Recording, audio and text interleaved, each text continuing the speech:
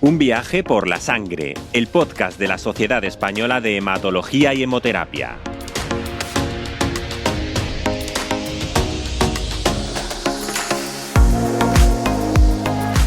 Durante siglos la sangre ha sido símbolo de vida y de muerte. Ha sellado pactos sagrados, ha marcado fronteras entre lo puro y lo impuro. Ha sido temida, venerada y malinterpretada, porque sí, alrededor de la sangre flotan muchos mitos. Algunos tan antiguos como las civilizaciones que nos precedieron, otros, sorprendentemente, aún siguen vivos hoy en día. En este episodio de nuestro podcast, Un viaje por la sangre, nos sumergiremos literalmente en los mitos sobre este fluido. Vamos a desmontar creencias que parecían inamovibles, explorar cómo se mezcló lo sagrado con lo científico y cómo la fascinación por este fluido ha moldeado parte de nuestra cultura, nuestra religión y nuestras ideas sobre el cuerpo. Prepárate para un viaje que atraviese la historia, la ciencia y el arte, y sobre todo lo más íntimo del ser humano, porque entender la sangre es, en el fondo, entendernos un poquito más a nosotros mismos. Comenzamos nuestro viaje por la sangre. Entrevista con el experto.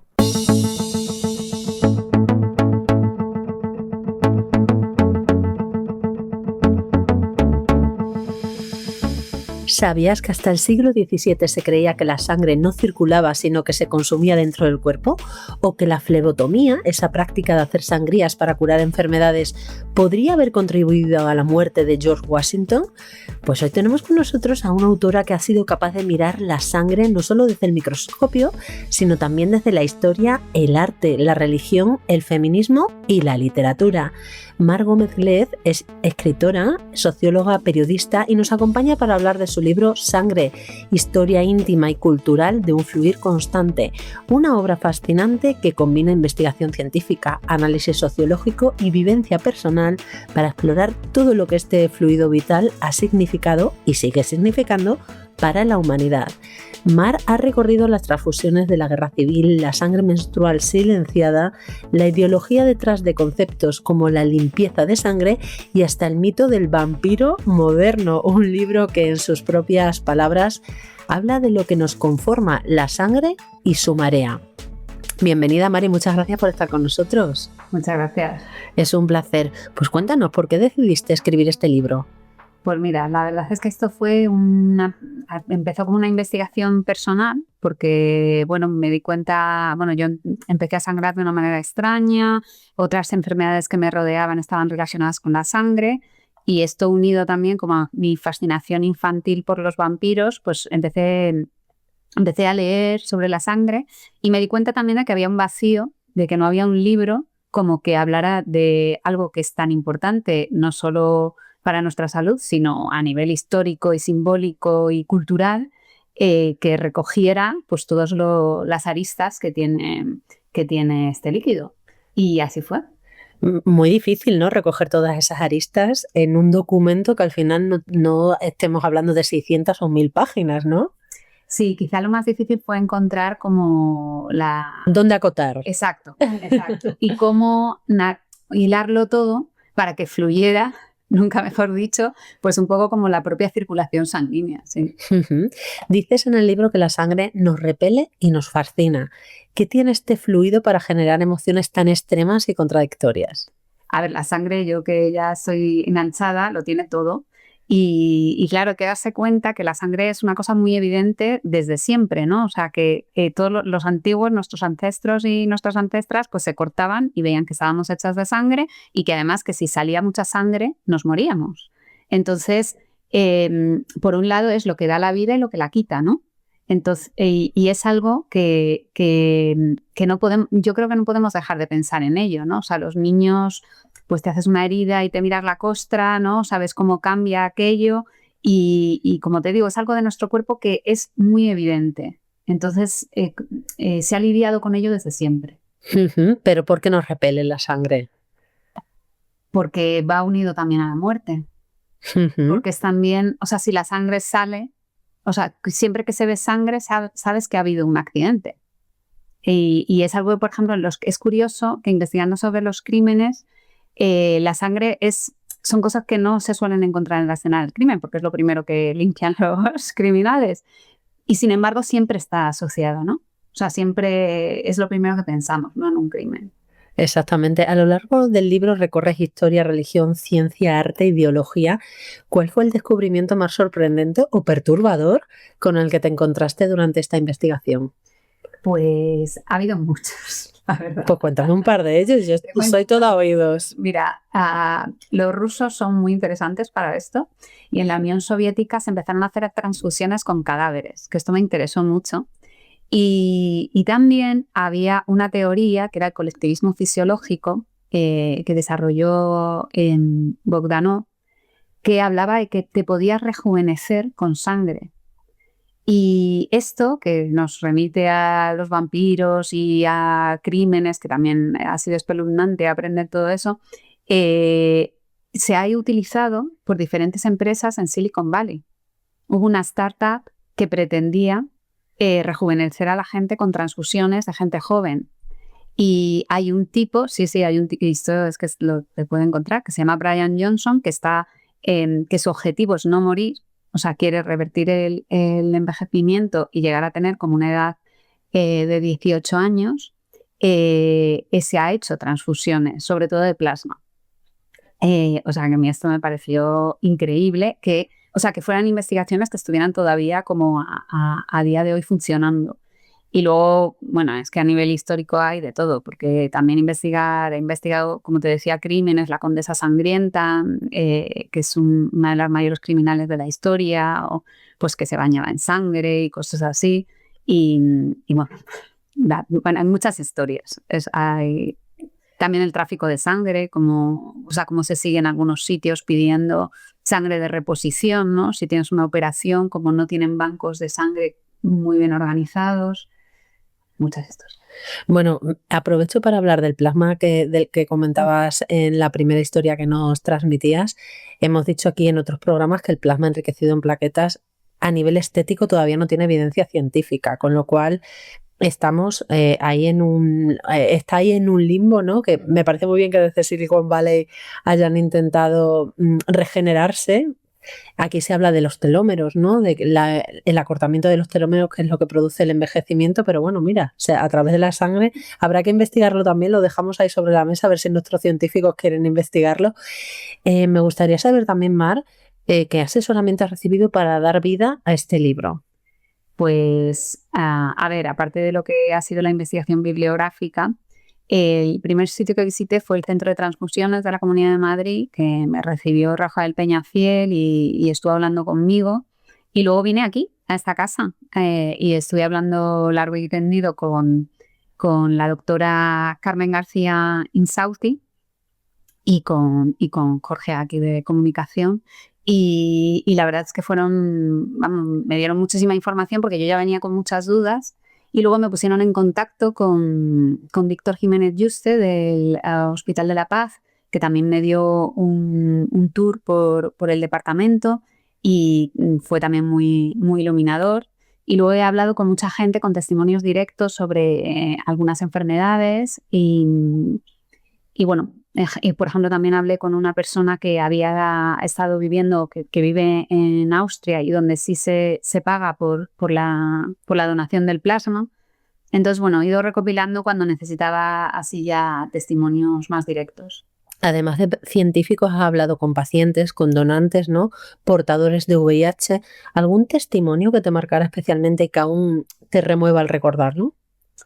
Bueno, yo creo que lo más duro o lo que me marcó más fue hablar con padres. Bueno, hablé con unos amigos míos que su hijo había tenido leucemia y afortunadamente este niño estaba muy bien, pero bueno, pues la madre me contó algunos casos que no habían salido tan bien y la verdad es que eso me removió bastante porque yo tengo un niño pequeño y la verdad es que no había llegado a entender lo que es vivir la enfermedad de un niño tan pequeño y una enfermedad tan dura, ¿no? Y luego también de una manera un poco más positiva hablé con Juan Andrés de Pablo, que es el director de la Sociedad Madrileña de Hematología, y él fue muy emocionante su testimonio, pero más bien a nivel vocacional, ¿no? Como todo lo que él quería dar, él es hemofílico, pero todo lo que él quería dar a la sociedad, ¿no? Él está estudiando también una enfermedad sanguínea y me pareció, la verdad es que me conmovió, pero para bien. He de decir que casi todos los científicos con los que he hablado ha sido como muy revelador para mí, que no estoy en ese mundo, pues la vocación que hay, ¿no?, detrás de esto. Absolutamente. Desde aquí que conocemos a muchos hematólogos que han participado en este podcast, podemos confirmar que la vocación es absoluta. Dedicas un capítulo a la sangre como vehículo de lo sagrado, con ejemplos desde la Biblia hasta el sacrificio secularizado. ¿Sigue teniendo hoy la sangre ese poder simbólico, incluso en una sociedad aparentemente racional como la nuestra? Sí, yo creo que sí. O sea, y además es que, como te decía, no hay más que ver que todavía el color rojo pues es uno de los colores, ¿no?, que más se utiliza para la publicidad, y en el arte se ve muy claramente. Mismamente ahora está la Bienal de Flamenco y yo estaba mirando un show que digo, no lo he metido en el libro, que era sobre la familia, y el bailador que lo dirigía hablaba constantemente de la sangre, y de hecho el póster tiene como sangre echándose encima. Y luego pues la figura del vampiro sigue estando, se recicla cada 2 años, tenemos algo nuevo y que además triunfa. Yo creo que es inmortal, o sea, es un símbolo para esta sociedad con la que no podemos, o sea, que no podemos prescindir de ella. Uno de los mitos más arraigados es eso, el de la limpieza, ¿no?, de sangre, lo mencionábamos en la introducción. ¿En qué consiste y hasta qué punto seguimos arrastrando estas ideas, quizás bajo otros nombres, en pleno siglo XXI?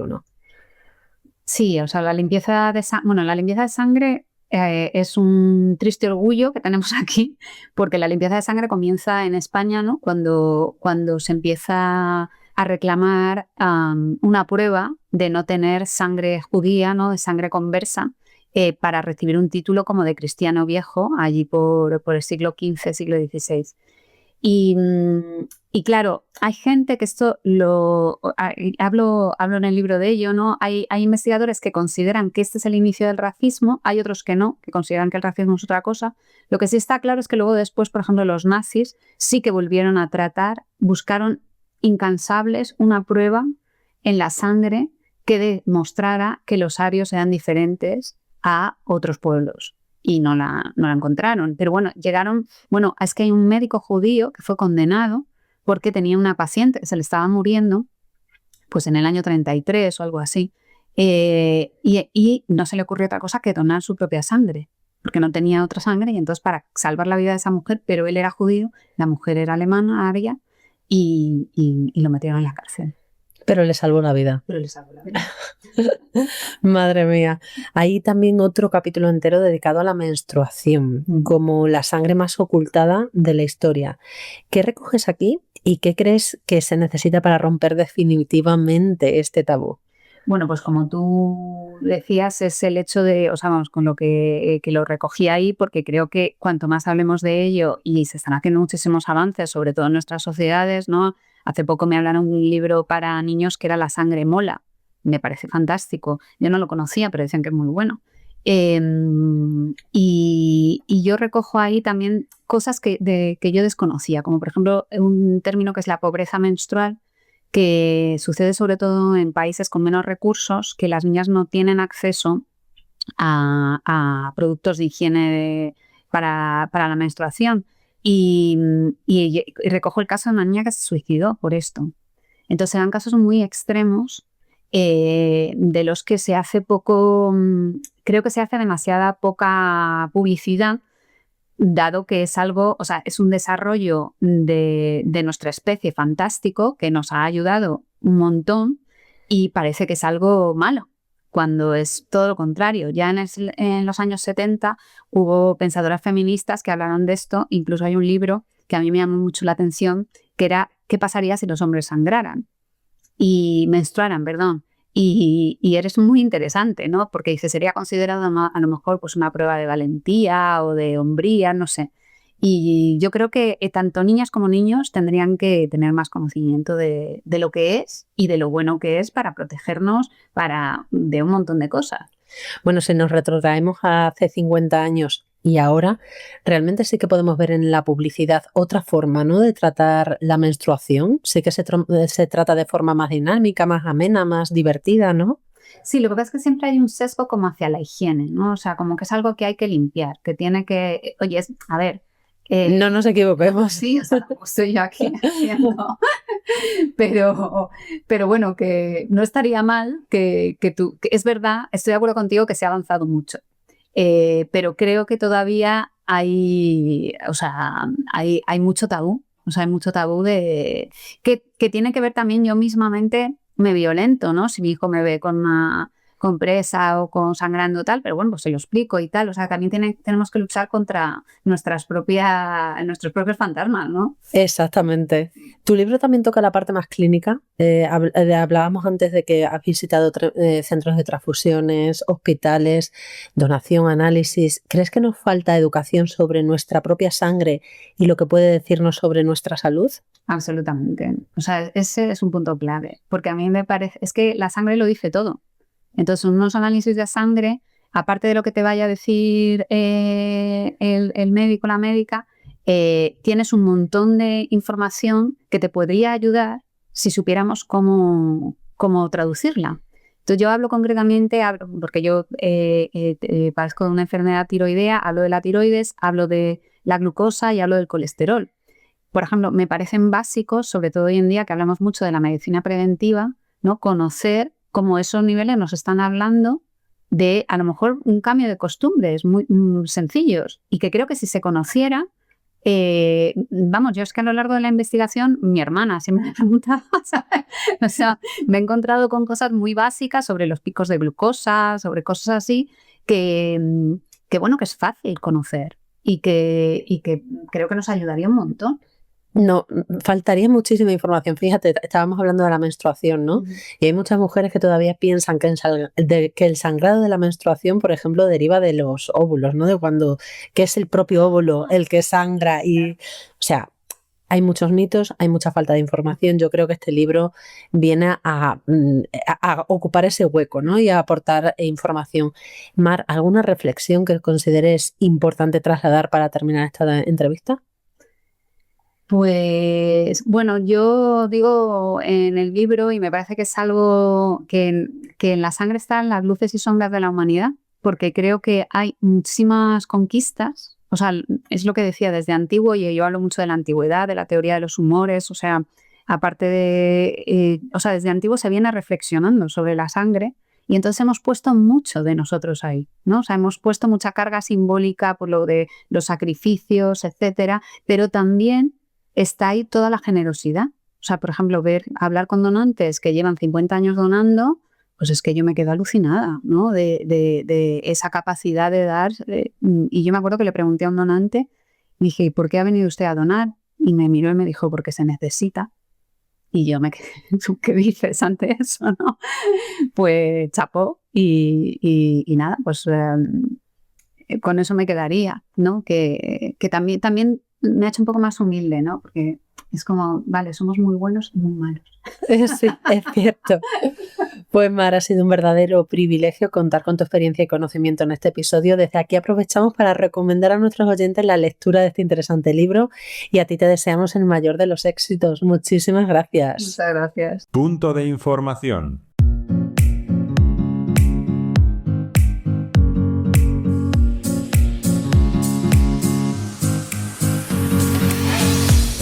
Después de la entrevista con Mar Gómez Lez, queda claro que la sangre no solo ha sido protagonista de historias fascinantes, sino también víctima de muchos mitos, algunos muy peligrosos. Desde falsas ideas sobre quién puede donar hasta mitos sobre enfermedades como la leucemia o el VIH. La desinformación sigue siendo un reto. Por eso, en este punto de información abrimos un espacio breve pero muy útil, pensado para quienes quieren saber más y bien sobre la sangre. Y para ayudarnos nos acompaña Jorge Sánchez, director de comunicación de la Sociedad Española de Hematología y Hemoterapia. Nos trae una selección de webs fiables y actualizadas para consultar cuando nos asalten esas dudas sobre la sangre y todo lo que la rodea. Bienvenido, Jorge, ¿qué tal estás? Hola, Mar, muy bien, ¿y tú? Muy bien, aquí deseando escuchar todos los recursos que nos puedes proporcionar. Pues como bien cuentas, Mar, los bulos y mitos sobre la sangre son más comunes de lo que parece. y muchas veces se alimentan del desconocimiento o de fuentes poco fiables. Por eso, desde la Sociedad Española de Hematología y Hemoterapia, recomendamos siempre acudir a fuentes contrastadas y avaladas por sociedades científicas como la nuestra. Aquí van algunas webs clave. En primer lugar, la nuestra, la de la Sociedad Española de Hematología y Hemoterapia, la web oficial de nuestra sociedad científica. Aquí encontrarás información verificada sobre enfermedades hematológicas, tratamientos, congresos y también noticias de actualidad en el campo de la hematología. También hay otra página web muy interesante que es www.donarsangre.org, una plataforma coordinada por distintos centros de transfusión en España, ideal para resolver dudas frecuentes sobre quién puede donar sangre, con qué frecuencia y desmontar mitos como que las personas tatuadas no pueden donar. Spoiler, sí pueden, con matices. Otra página web también importantísima, la de la Fundación José Carreras contra la Leucemia, www.fcarreras.org. La Fundación José Carreras contra la Leucemia ofrece recursos muy completos sobre enfermedades como la leucemia, el linfoma o el mieloma múltiple, todos ellos cánceres hematológicos o cánceres de la sangre. Además, tienen una sección específica sobre donación de médula ósea y el registro de donantes de médula ósea. Y por último, no podíamos obviar la página web del Ministerio de Sanidad, www.sanidad.gov.es. El Ministerio de Sanidad incluye información oficial sobre la donación de sangre y sus componentes y puede consultarse para conocer campañas activas, normativa y protocolos. Bueno, Jorge, pues nos has dejado sobre la mesa un montón de páginas web que hemos apuntado y sin duda consultaremos. Gracias por estas recomendaciones tan útiles. Ya lo sabes, cuando surjan dudas sobre la sangre, ve siempre la fuente, pero que sea una fuente fiable como las que nos proponen en cada episodio los miembros del equipo de comunicación de la Sociedad Española de Hematología y Hemoterapia. Jorge, muchísimas gracias. Gracias a ti, Mar, y hasta la próxima. Espero que este programa te haya resultado interesante. Ya sabes que puedes consultar todos nuestros podcasts Un viaje por la sangre de la Sociedad Española de Hematología y Hemoterapia en Spreaker, en iVoox y en Spotify. Gracias por tu atención. Nos despedimos hasta el próximo capítulo.